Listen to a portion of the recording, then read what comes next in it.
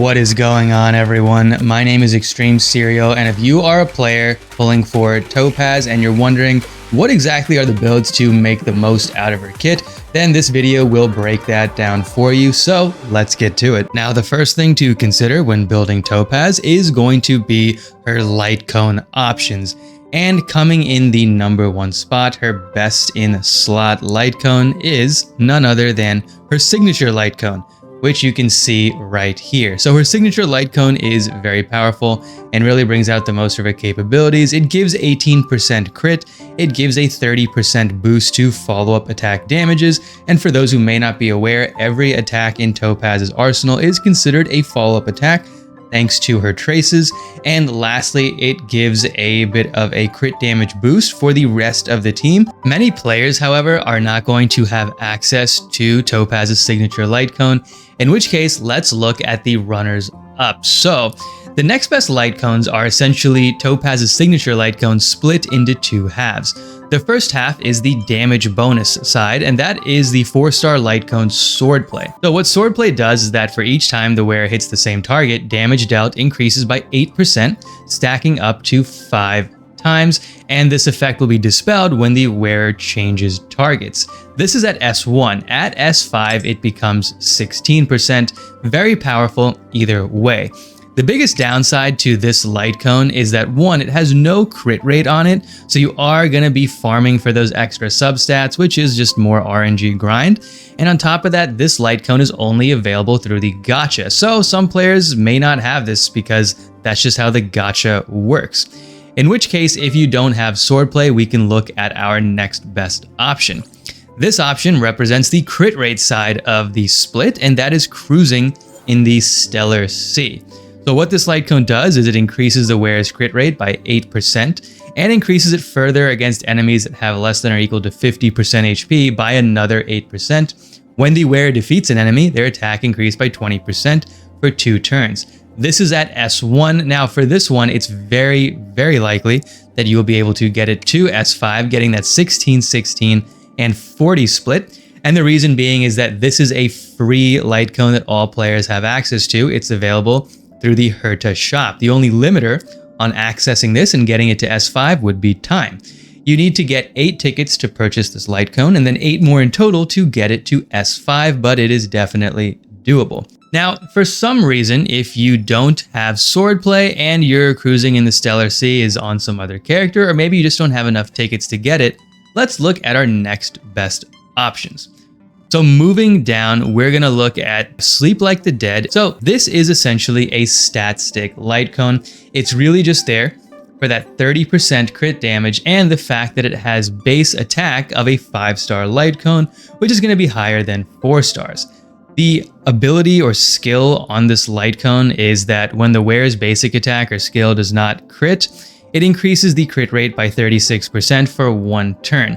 This effect can only trigger once every 3 turns. Now, this effect is neat at best, and most other times it's just going to be useless. Really, this light cone is just here for the stat stick and that sweet higher base attack. Lastly, we have the rest of the pack, and really which one you're going to choose is going to depend on availability and what you're looking for. So first, let's start with if you just want crit and you want an easier time farming substats. First off, we're going to look at the Nameless Honor light cone, Return to Darkness. This gives you a 12% increase to crit rate and a 16% fixed chance to dispel 1 buff on the enemy target when you crit, and this can only happen 1 time per attack. At S5, it's 24% crit rate and 32% chance to dispel that buff. Now, this is only for players who are paying on their Nameless Honor. If you're FTP or you just don't want to pay for a Nameless Honor or Battle Pass, you're not going to have access to this.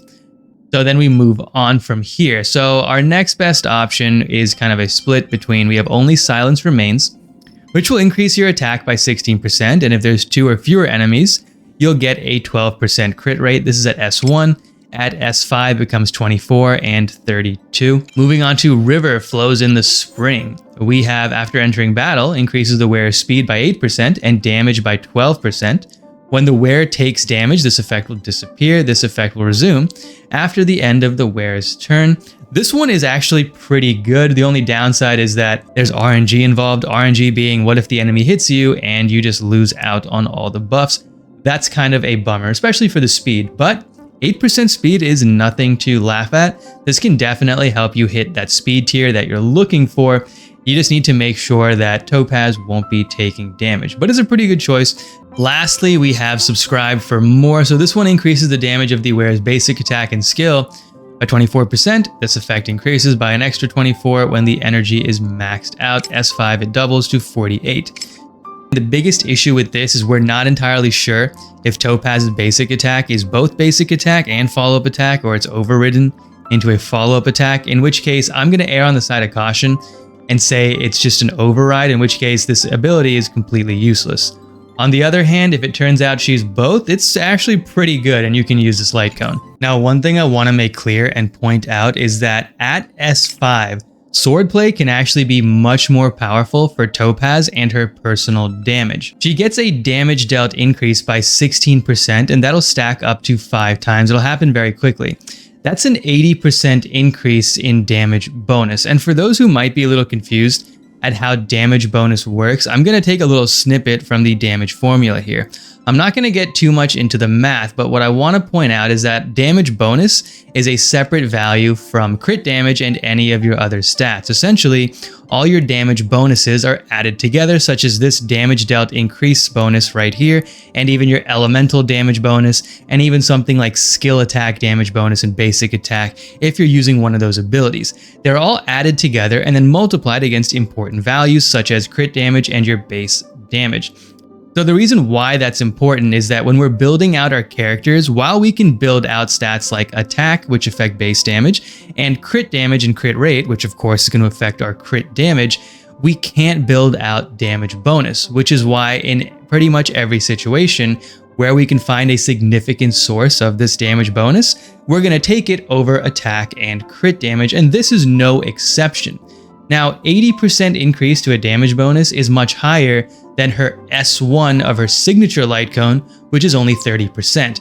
You lose out on 18% crit, and you lose out on that team-wide 24% crit damage bonus, but 80% for her personally is incredible, and the fact that Numby attacks multiple times, and you can get this to max stacks very quickly, can easily make it superior than her signature, but you will be farming for more of those substats, so just keep that in mind before you decide, in case you happen to have R5 or S5, because of Star Rail, of Swordplay. Moving on from light cones, let's get into relics next, starting out with our 4-piece relic sets.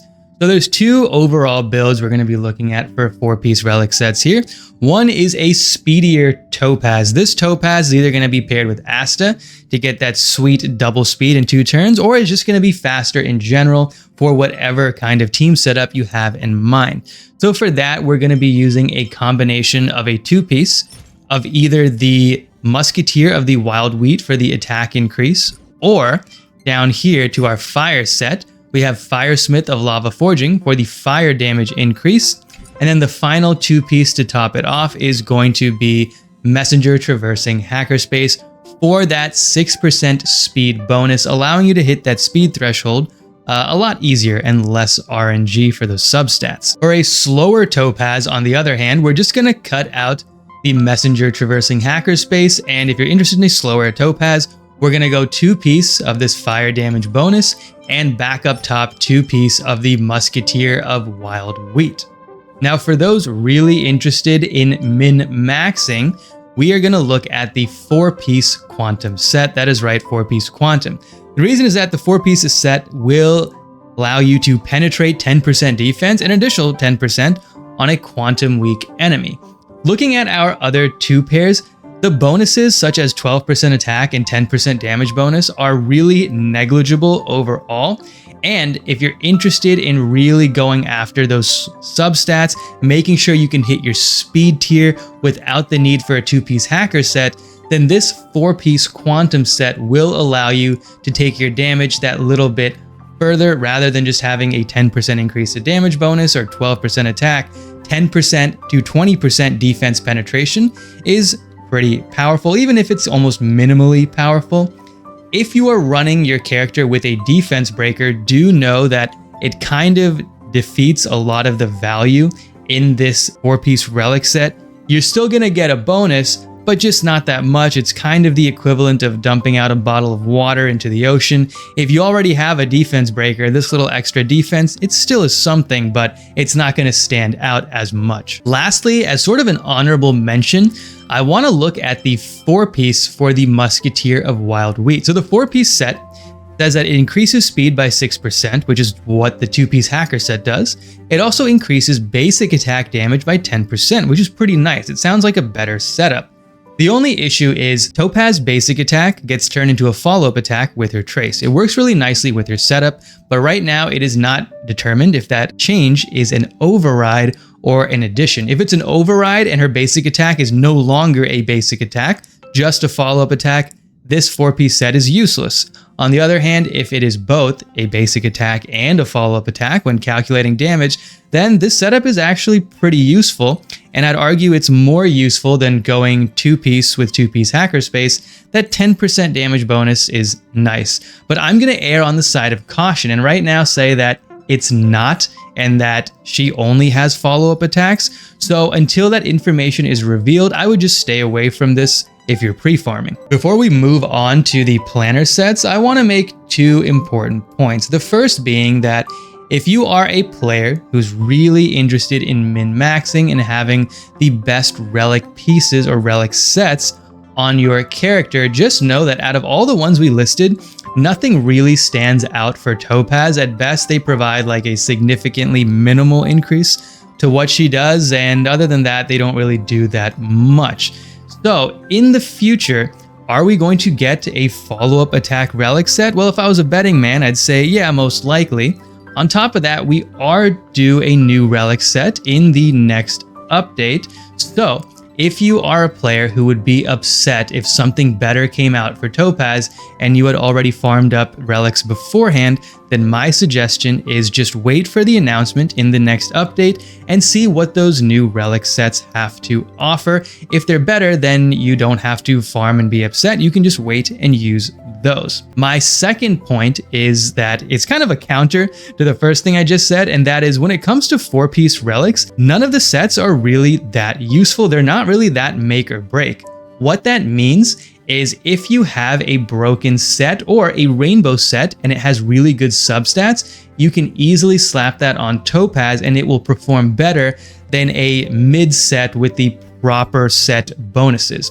As a personal example, on my account, I use broken pieces or rainbow pieces on all of my damage dealers, and the account is able to clear through all the content in the game.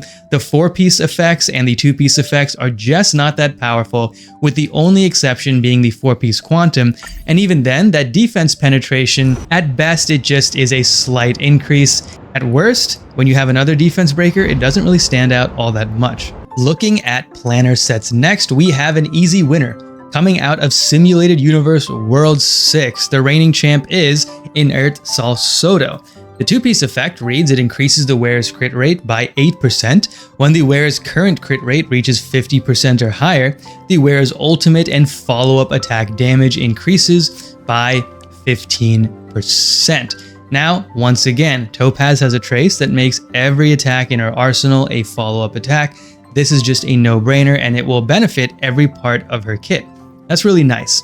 Now, one thing to know is that if you want to be resin efficient and you happen to be farming this right here, the Broken Keel and the Rutilant Arena, you can easily slap a 2-piece Rutilant Arena on Topaz'z and you'll be absolutely fine. You do lose out on that 15% damage bonus from the Salsodo, but the biggest benefit to these 2-piece effects is going to be that 8% crit rate. You really want to be hitting a good crit ratio, as this is a turn-based game, and if you whiff on a crit, you can't just dodge attacks and come back around. You have to sit there and wait your turn, and that's a pretty big damage loss. So either way, both of these sets work. The winner is gonna be the Inert Salsodo, but once again, if you're already farming Rutilant Arena or you already have good pieces with great substats, just use this on Topaz'z and you're good to go. Now that you have an understanding of what relic sets are gonna be good on Topaz'z, let's go over main stats and substats for these pieces.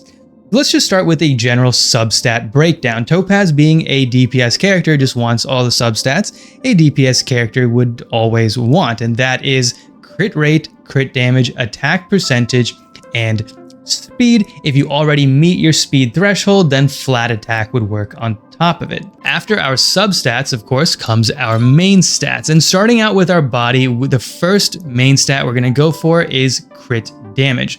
Now, going crit damage does mean you will need to be looking for more crit rate substats on your pieces, or have some kind of light cone which gives crit rate to offset this.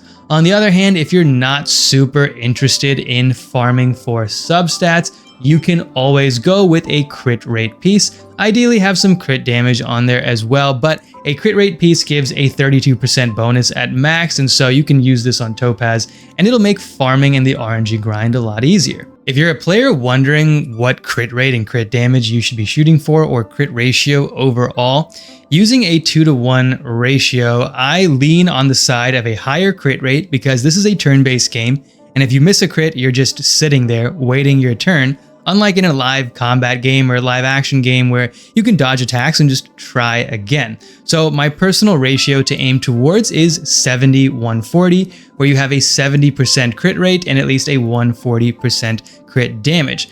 Past that point, you can always keep your crit rate at 70 and just channel everything else into crit damage. I think 70 is just a solid place to be for crit rate. So if you end up at like 70-200 or 70-180, that's fine. On the other hand, if you really do just want to up both values, well then, I mean, having them both higher, hitting an 80-160 is just fantastic. And if you can actually hit 100-200, you win the game at that point. Moving on to our boots. Now, a faster Topaz'z is gonna want speed boots. No brainer, gives 25 speed, pretty straightforward. On the other hand, if you're playing a slower Topaz'z, you can always go with attack percentage. Now, if you're a little confused on what speed does and how it works, I'm just going to put on the screen here a basic speed breakdown, assuming 8 cycles in the MOC, and it shows you speed thresholds that you could hit and how many bonus actions it allows you to take, along with regular actions as well. Basically, think of it like, with the certain speed, how many turns can I take, and which cycles do I get these extra turns? It's all on the screen here, thanks to someone on the internet for figuring it out. Their Discord is in that image.